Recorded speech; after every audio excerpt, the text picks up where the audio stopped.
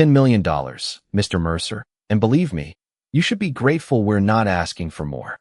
Vanessa Whitmore said it like she was handing me a parking ticket instead of accusing me of causing hurricane damage across an entire neighborhood.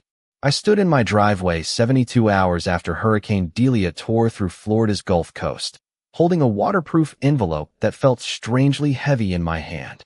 Behind me, my generator coughed and settled into its steady mechanical hum. The air smelled like salt water, wet drywall, gasoline, and shredded pine. Across Seabrook Palms, blue tarps snapped in the wind where roofs used to be. Garage doors had folded inward. Pieces of white vinyl fencing floated in drainage ditches. Somebody's patio chair was hanging 15 feet up in a live oak like the storm had placed it there as a joke nobody wanted to hear. And then there was my house. 2 stories. Pale gray siding. Black shutters. Every window intact. Roof still attached. From the street, it looked almost embarrassingly normal. Vanessa's white Lexus sat crooked behind her, tires coated with mud. Even after 3 days without power, our HOA president somehow looked prepared for a board meeting. Clean khaki pants, navy rain jacket, hair pulled tight behind her head. She pointed past my shoulder toward the house. 38 properties suffered major damage, she said. The clubhouse roof is gone. 3 retention areas overflowed. And somehow yours is practically untouched. I looked at the envelope again. Seabrook Palms Homeowners Association was printed across the top. Below that, in language polished by somebody billing by the hour, was a demand for damages totaling $10 million. I actually checked the zeros twice. You think my house caused a hurricane? I asked. Vanessa's expression didn't move. We believe your unauthorized modifications may have redirected stormwater and altered wind behavior around neighboring structures. Somewhere behind her, a loose gutter scraped against concrete. Metal on stone. Slow. Rhythmic. I could hear chainsaws several streets away and the backup alarm of a county utility truck. I looked at houses where families were dragging soaked mattresses onto curbs, then back at the woman standing on my property telling me that my surviving home was somehow evidence of guilt. That's not how hurricanes work, I said. That determination will be made by experts. I almost smiled at that. Vanessa didn't know what I did for a living. Or maybe she had simply forgotten. My name is Caleb Mercer. I'm 43 years old, and for 17 years I've worked as a building envelope consultant, which means when wind gets through a roof, water gets behind a wall, or a structure fails during severe weather, people like me figure out where the failure started. My father taught me something simpler. Storms don't care what your house cost. They find the weakest connection. That was why, years earlier, I had spent weekends crawling through my attic replacing questionable fasteners, upgrading hurricane straps, sealing penetrations, improving drainage, and documenting every modification with permits, photographs, receipts, and inspection reports. Vanessa had mocked half of it. She called my shutters industrial. She called my drainage work excessive. Once, during an HOA meeting, she told me I was lowering curb appeal by preparing my home for disasters nobody expected to happen. Now the disaster had happened, and she was staring at the result. I slid the demand letter back into its envelope.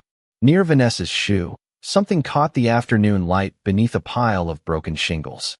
A twisted galvanized hurricane strap, orange with corrosion around the fastener holes. I bent down and picked it up.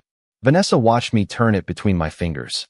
The metal was thinner than I remembered from the specifications Seabrook Palms had approved 3 years earlier. Much thinner. I slipped it into my jacket pocket. You have 10 business days to respond, Vanessa said.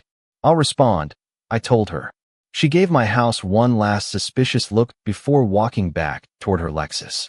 I listened to her tires crunch across broken shingles until she disappeared around the corner. Then I pulled that corroded strap from my pocket and looked at it again. Vanessa thought the strangest thing about Hurricane Delia was that my house survived. She was wrong. The strange thing was that so many other houses hadn't. And she had just handed me 10 million reasons to find out why. That corroded strap stayed on my workbench all night, sitting beneath the yellow beam of a battery lantern while the generator hummed outside the garage. Every time I walked past it, I remembered the first time Vanessa Whitmore told me I was wasting my money. That had been 4 years earlier, not long after I bought my father's house from his estate. Dad had lived there for 26 years. He was a cabinet maker, the kind of man who could run his hand across a doorframe and tell you where the carpenter had gotten lazy. He taught me to respect things people never see. Anchors behind drywall, flashing beneath shingles, bolts buried inside framing. After he died, keeping the house felt less like owning property and more like maintaining something he had trusted me with. The first summer, I climbed into the attic with a flashlight and found exactly what I expected from a Florida house built before modern wind standards became serious business. Some connections were solid. Others made me uncomfortable. I spent the next 2 years improving them legally and methodically. Stainless steel fasteners where corrosion mattered. Properly rated hurricane straps. Impact shutters over every major opening. Additional waterproofing beneath vulnerable roof sections. Outside, I reshaped a shallow drainage swale along the side yard so heavy rain would move toward the approved retention system instead of pooling beside my foundation. Nothing glamorous. Nothing magical. Every permit went into a blue binder in my garage. Every inspection report followed it. Vanessa hated the shutters almost immediately. She showed up one Saturday morning while I was checking mounting bolts, her white Lexus idling at the curb, and expensive perfumes somehow cutting through the smell of sawdust and hot aluminum. "Those things make the house look like a warehouse," she said. I wiped my hands on my jeans. "They are hurricane shutters. Nobody else has them. Nobody else has to." Her smile tightened. That was Vanessa. She could turn personal preference into community. Policy before you finished your coffee. 2 weeks later, I received a notice requesting architectural review. I sent back copies of the permits and the relevant sections of the association rules. The complaint disappeared, but Vanessa did not forget. Then, 3 years before Hurricane Delia, she announced something much bigger. Seabrook Palms was launching what she called the Hurricane Resilience Initiative. The clubhouse filled with glossy presentation boards showing reinforced roofs, upgraded connections, improved drainage, and photographs of smiling families beneath perfectly blue skies. Each homeowner would pay a special assessment to fund the work. Vanessa called it an investment in peace of mind. I called it worth reading carefully. The specifications were distributed in a thick packet, and I spent an evening at my kitchen table going through them line by line. A few details bothered me. Material requirements were vague in places where they should have been precise. Contractor substitutions could be approved internally. Inspection language left too much room for interpretation. At the next meeting, I raised my hand and asked who would verify the installed hardware matched the engineering schedule. Vanessa leaned toward her microphone. "Caleb, we hired professionals. Then independent verification should not bother anyone." A few people shifted in their chairs. Vanessa gave me that polished smile. "You inspect houses, Caleb. You do not run communities." The room went quiet. I let the comment hang there. Then I declined the association retrofit package, filed separate permits, and completed my own upgrades under independent inspection. People joked about it afterward. One neighbor called my house Fort Mercer. I laughed with them. I kept the receipts anyway. I kept the inspection photographs. I even kept a half-full box of the exact fasteners used in my roof connections. Now, years later, with half the neighborhood covered in blue tarps, I stood in my garage and placed one of those old fasteners beside the corroded piece I had picked up near Vanessa's shoe. Same purpose, very different metal. I stared at them under the lantern until the generator coughed. Outside, for the first time since the storm, the $10 million accusation stopped feeling ridiculous. It started feeling useful. By sunrise, I had stopped thinking about the $10 million demand and started thinking about procurement records. The distinction mattered. Anger makes you argue. Evidence makes you useful. I carried the corroded strap into the kitchen, set it beside my coffee, and opened the old Hurricane Resilience Initiative folder on my laptop. Outside, Seabrook Palms sounded like a construction site waking from a nightmare.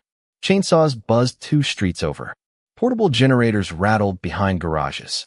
Every few minutes, a truck rolled past loaded with wet carpet, broken fencing, and pieces of roofing.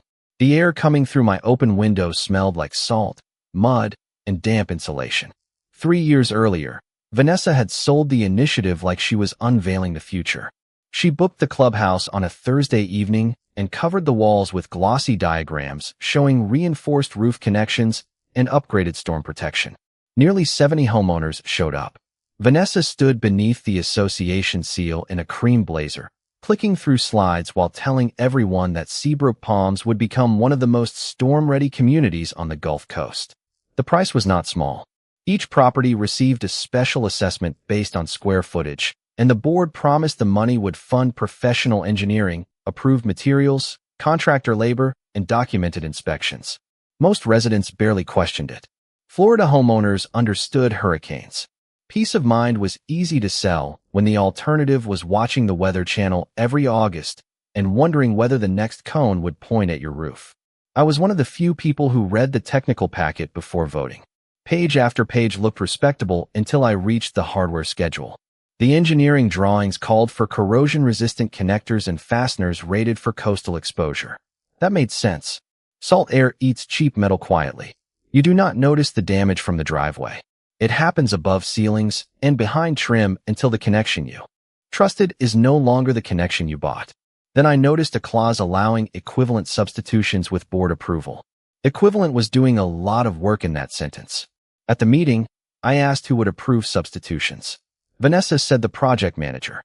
I asked who employed the project manager. She said the association. I asked whether homeowners would receive final material certifications. Her fingers tightened around the remote. Caleb, this has been reviewed by qualified professionals. I am asking whether we will receive documentation. Homeowners are not managing the project. There it was. Not an answer. After the meeting, a contractor named Derek Lawson caught me near the coffee table. He wore a polo embroidered with Gulf Atlantic Restoration and smelled faintly of cigarette smoke and peppermint gum. You are the building guy, right? He asked. I nodded.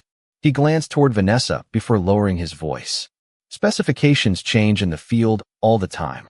Supply chains. Availability. Nothing unusual. As long as the substitutions are actually equivalent. His smile faded for half a second. Then Vanessa appeared beside us and placed a hand on his shoulder like she had been watching the conversation from across the room. Derek has completed dozens of communities, she said. We are lucky to have him. That memory bothered me now. I searched my archived email and found the message I had sent the board the following morning requesting independent verification of installed connectors. Vanessa had answered 11 minutes later. Request denied. I printed it. Then I opened the original engineering schedule and placed it beside the strap from the debris. The specified connector had a heavier gauge and a coastal corrosion rating clearly listed on the sheet. The piece on my table did not look remotely right. One questionable strap proved almost nothing. I knew that. Storm debris could travel hundreds of yards. It could have come from a shed, a porch, even another subdivision. So I put on my work boots, grabbed a tape measure, camera, gloves, and sample bags, and walked outside. If Vanessa wanted experts involved, I was finally ready to agree. With her, the first thing I noticed outside was the silence between the machines. A chainsaw would stop, a generator would sputter, and for 2 or 3 seconds Seabrook palms would become completely still.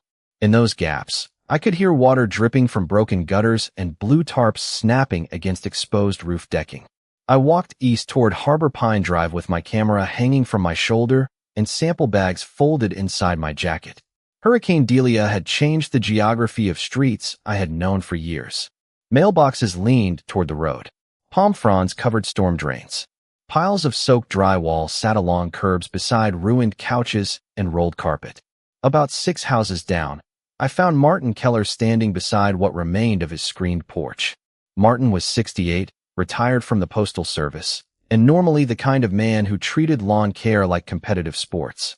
Now his grass was buried beneath shingles. You inspecting damage? He asked, trying to understand it. He looked toward my house in the distance.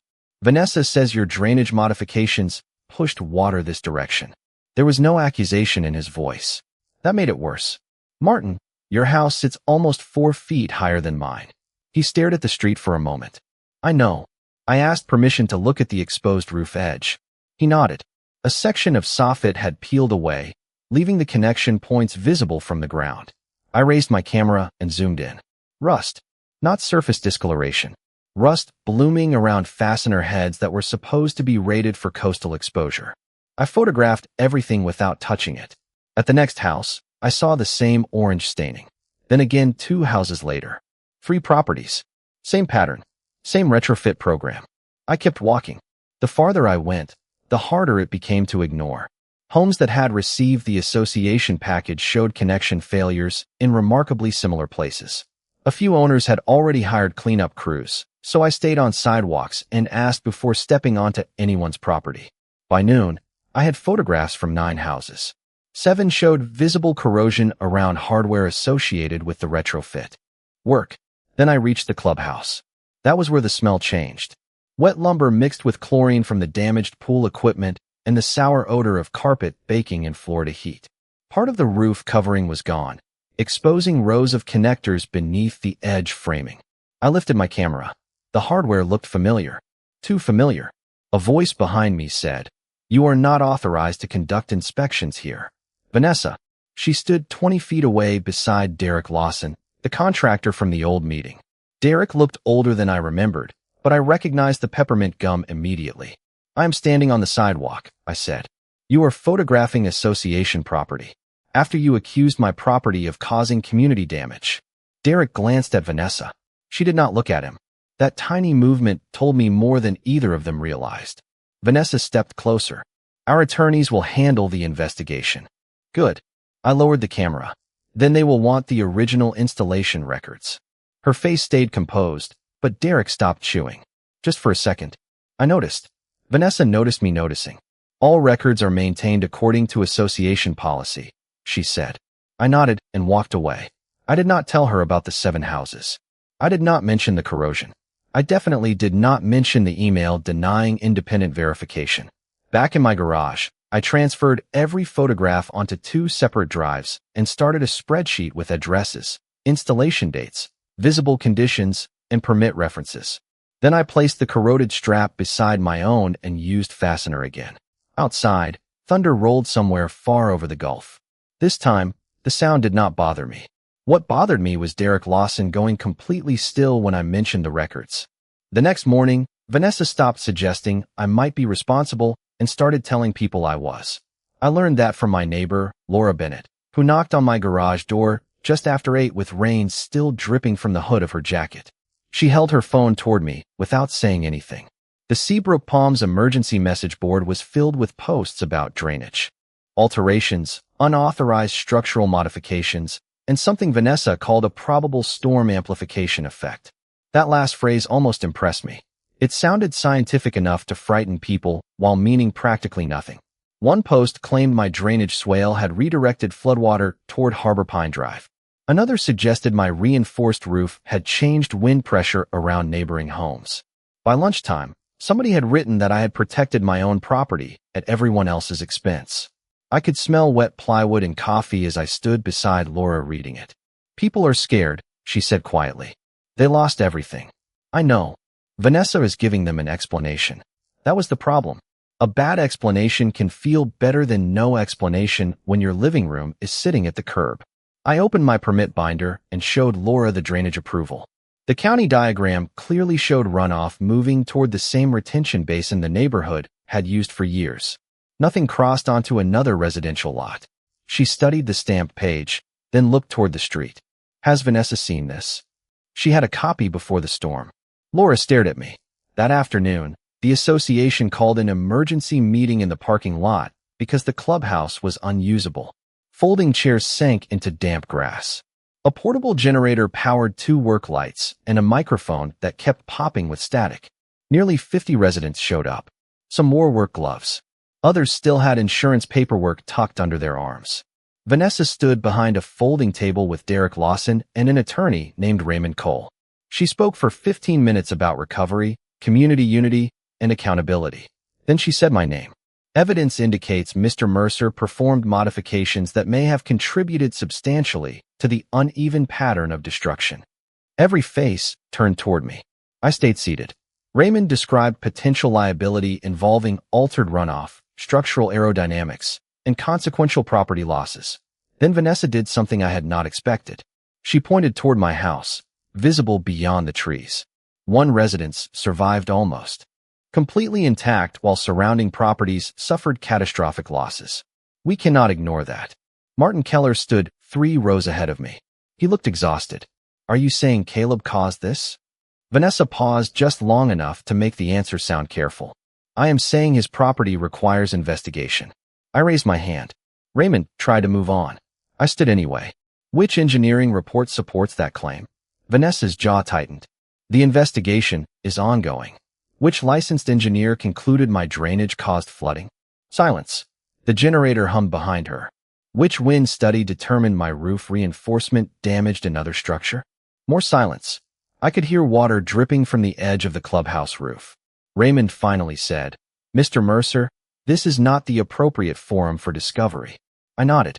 "Then stop presenting allegations as findings." A few people shifted in their chairs. Vanessa leaned toward the microphone. "Your defensiveness is understandable." I almost laughed.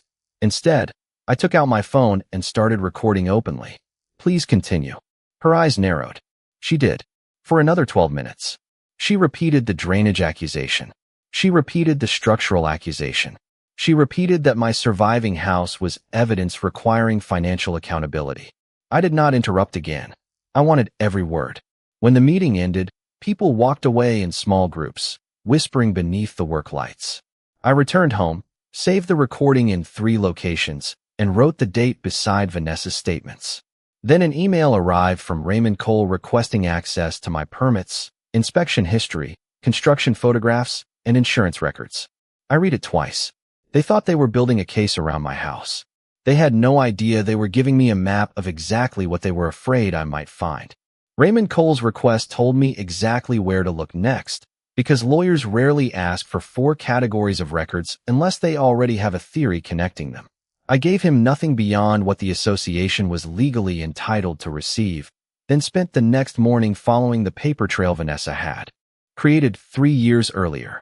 The county offices had reopened on limited power, so I drove 12 miles inland through intersections where traffic lights were still dark.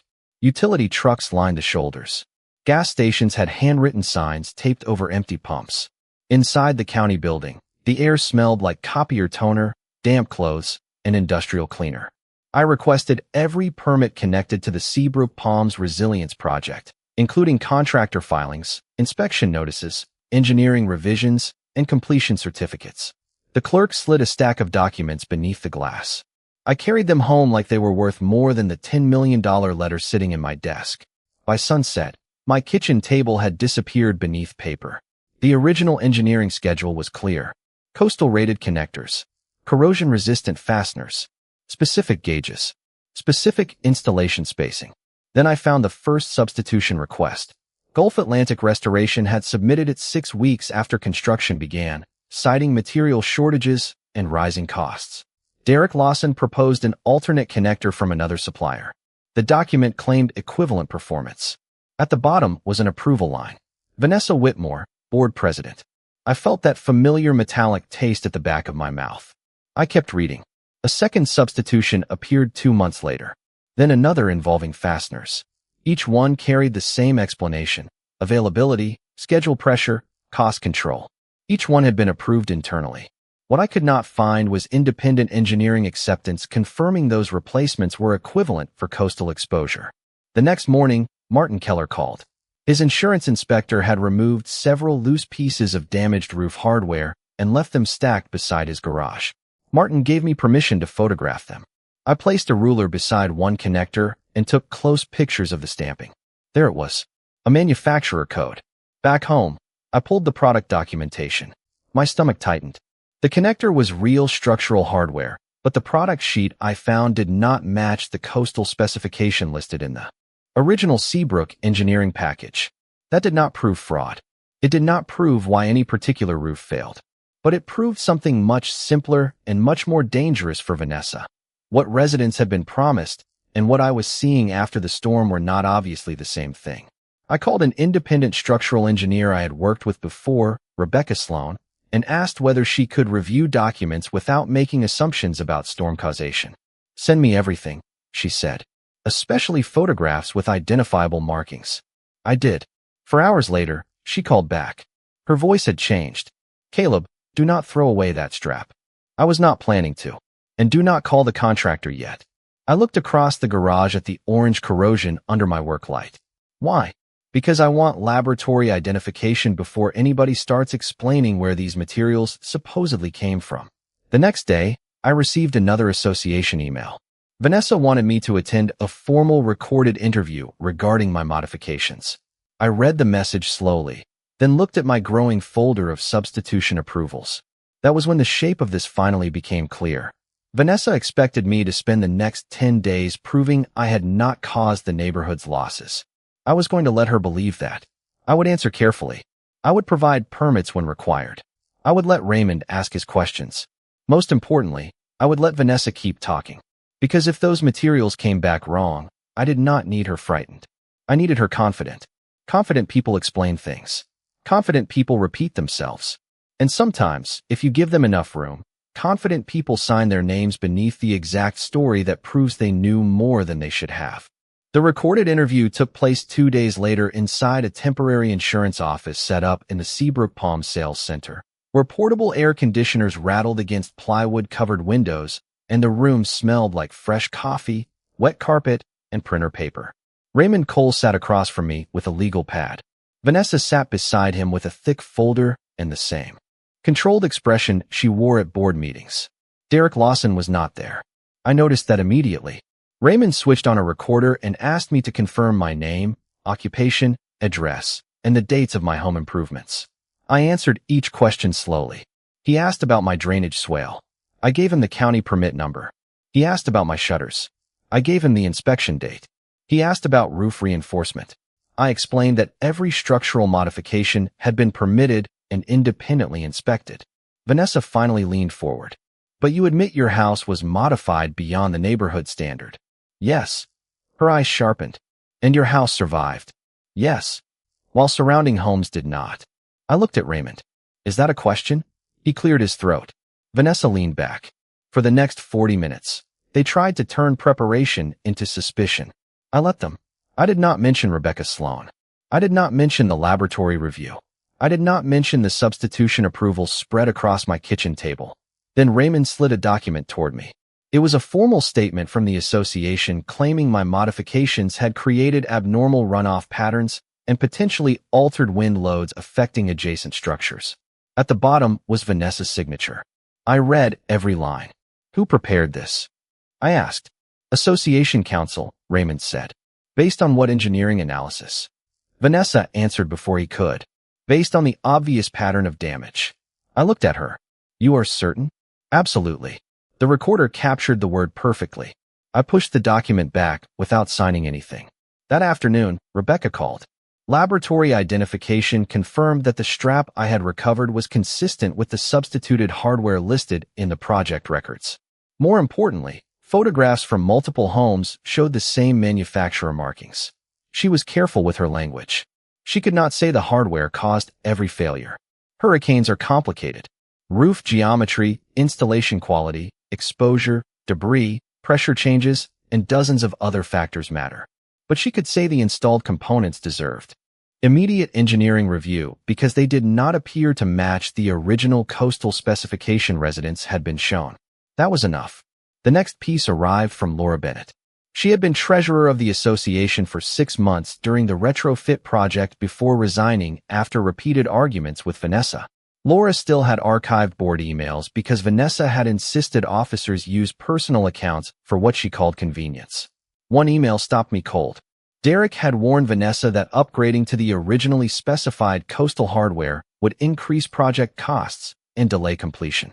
Vanessa replied that homeowners had already approved the assessment and would not tolerate another increase. Then came the sentence that changed everything. Use the approved substitute and keep the original presentation language unchanged. I read it 3 times. The residents had been shown one standard while substitutions were quietly approved behind the scenes.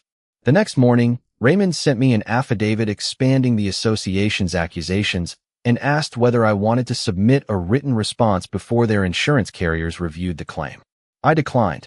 Vanessa signed the affidavit anyway. Drainage, wind effects, unauthorized modifications, $10 million in alleged exposure. Her signature sat beneath every word. I printed it and placed it beside her old substitution approvals and the archived email. The printer clicked into silence.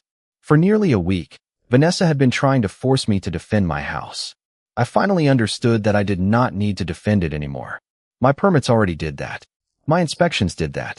The house itself had done that through an entire hurricane. So I closed my defense folder and opened a new one. On the tab, I wrote 3 words: Seabrook Retrofit Records. That was the moment Vanessa stopped being my accuser. She just did not know it yet. The first official review happened 9 days after the storm in a county conference room with fluorescent lights, folding tables, and 3 insurance representatives who looked like they had not slept since Delia made landfall. Vanessa arrived carrying 2 binders. Raymond carried 3. I brought 1 blue permit binder, the Seabrook Retrofit Records folder, and a clear evidence sleeve containing the corroded strap. Rebecca Sloan sat beside me with her engineering review. Nobody raised their voice. Nobody needed to. Raymond opened by describing my house as an anomaly requiring investigation. He walked through drainage, structural modifications, and what he called an unusual survival pattern. Then Vanessa repeated the same story she had told residents. My house had been altered beyond community standards. My house survived. Other homes did not. Therefore, she believed my modifications deserved financial scrutiny. When she finished, one insurance representative turned toward me. Mr. Mercer? I opened my blue binder. First came the drainage permit. County approved. Then the roof permit. Approved. Then shutter inspections, waterproofing records, photographs, invoices, and final sign-offs. Every modification had a date. Every material had documentation. Every inspection had a name attached to it. I placed one unused fastener from my own roof project on the table. Then I placed the corroded Seabrook connector beside it. The difference was visible without a microscope. Rebecca took over. She explained carefully that she was not claiming one component caused every loss. She did not have to. Her review showed that hardware visible in multiple damaged homes appeared inconsistent with the original coastal specifications presented for the association retrofit. Raymond stopped taking notes. Vanessa stared at Rebecca. Those were approved substitutions. Exactly, I said. I opened the second folder. There was Vanessa's first approval. Then the second. Then the third. Each substitution reduced or changed materials from the original schedule. Next came my old email requesting independent verification. Request denied. Then Derek Lawson's warning about cost and delays. Finally, Laura's archived email. I slid it across the table. Vanessa read her own words in silence. Use the approved substitute and keep the original presentation language unchanged. The room became so quiet I could hear the air conditioner cycling above us. 1. Insurance representative asked, were homeowners informed that the specifications presented during the assessment vote had changed? Vanessa looked at Raymond. Raymond looked down at the document. We would need to review the complete record, he said. I reached into the folder again. There is more. I placed Vanessa's signed affidavit beside the emails. In one document, she claimed my properly permitted upgrades created abnormal storm damage. In another, written years earlier, she had personally approved substitutions to the Neighborhood Protection Program, while instructing that the original presentation language remain unchanged. The contradiction sat between us in black ink. Then the insurance representative asked the question Vanessa had spent 9 days avoiding. Why was Mr. Mercer's property identified as the cause before the association's own retrofit work was independently examined? Vanessa opened her mouth, but nothing came out for several seconds. That silence told the story better than any speech could. The accusation against me had never been about understanding the hurricane. My surviving house was dangerous because it gave investigators something to compare against. If every home had failed equally, the storm could take all the blame. But mine had not. My permits showed what had been installed. My photographs showed how it had been installed. My house was not proof that I caused their losses. It was a control sample standing in plain sight. Raymond finally closed his binder. The insurance representatives requested the association's complete financial records, contractor invoices, board communications, inspection documents, and procurement files. Vanessa's face lost the polished confidence I had watched for years. I picked up the corroded strap and returned it to its sleeve. 9 days earlier, she had pointed at my surviving roof as evidence against me. Now everyone in that room was looking at the roofs that failed and asking who had promised to protect them. 3 weeks later, the first sound I heard from Martin Keller's rebuilt roof was a clean metallic clang. I stood beside his garage holding a box of coastal-rated fasteners while a licensed crew installed new connectors under an engineer-approved plan. The morning smelled like fresh lumber, coffee, and salt drifting in from the Gulf. All along Harbor Pine Drive, damaged houses were slowly becoming homes again. New plywood replaced blue tarps. Utility trucks had disappeared from most intersections. Children rode bicycles around stacks of building materials, while neighbors compared contractor schedules instead of rumors. Seabrook Palms was healing, but the association Vanessa had controlled was not. The insurance review triggered an independent audit of the resilience project. Contractor invoices were compared against engineering specifications, purchase records, board approvals, and what investigators could document in the damaged homes. The association withdrew its claim against me before the first formal liability hearing. No dramatic apology arrived. Raymond Cole sent a 4-paragraph letter stating that further review had produced insufficient evidence connecting my permitted improvements to neighborhood losses. I read it once, filed it behind the original demand, and went back to work. Vanessa's problems were harder to file away. The board called a special election after residents learned about the substitutions and the email instructing that the original presentation language remained unchanged. She resigned before the vote. Derek Lawson and Gulf Atlantic Restoration became subjects of separate contractual and insurance reviews, while homeowners began pursuing recovery for work they believed had not matched what they were promised. Rebecca kept reminding everyone of one important fact.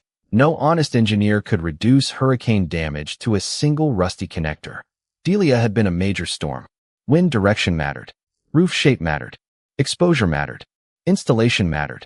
But that was exactly why Vanessa's accusation had collapsed so completely. She had blamed my house before anyone had done the engineering required to justify that conclusion. She had needed certainty before the evidence existed. Now the evidence was asking questions about her instead. Martin walked over carrying 2 cups of coffee and handed me one. "Fort Mercer," he said, nodding toward my house down the street. I laughed. "You are never letting that go, are you?" "Not a chance." His smile faded as he looked at the new roof framing above us. I believed her for a couple of days. You had just lost half your roof. Still, I understood what he meant. The hurricane had damaged more than buildings. For a while, Vanessa had turned neighbors into suspects and fear into proof. That took longer to repair than plywood. I reached into my truck and pulled out the clear evidence sleeve containing the first corroded strap. I had gotten it back after the review. Beside it sat one of the unused fasteners from my own project. 2 small pieces of metal. One had spent years hidden behind a roofline. The other had spent years inside a cardboard box in my garage. Neither looked important enough to change anything. That was the lesson I kept thinking about. Big lies rarely collapse because somebody gives a bigger speech. They collapse because small facts refuse to move. A permit number, a photograph, a product code, an email, a signature. I watched the crew secure another new connector above Martin's garage. Clang. The sound carried across the street. Months earlier, that same kind of metal had helped reveal what went wrong. Now it was part of building something better. I looked down Harbor Pine Drive at the roofs rising one by one beneath the Florida sun. Vanessa had wanted everyone to believe my house survived because I had done something wrong. The truth was much less dramatic. I prepared. I documented. I followed the rules she claimed to protect. In the end, my house did not prove I caused the disaster. It proved there were questions she desperately did not want anyone asking. Justice was never the loudest thing in Seabrook Palms. The hurricane had already taken that title. Justice sounded more like one piece of metal clicking into place, one document landing on a table, and one lie finally running out of somewhere to hide.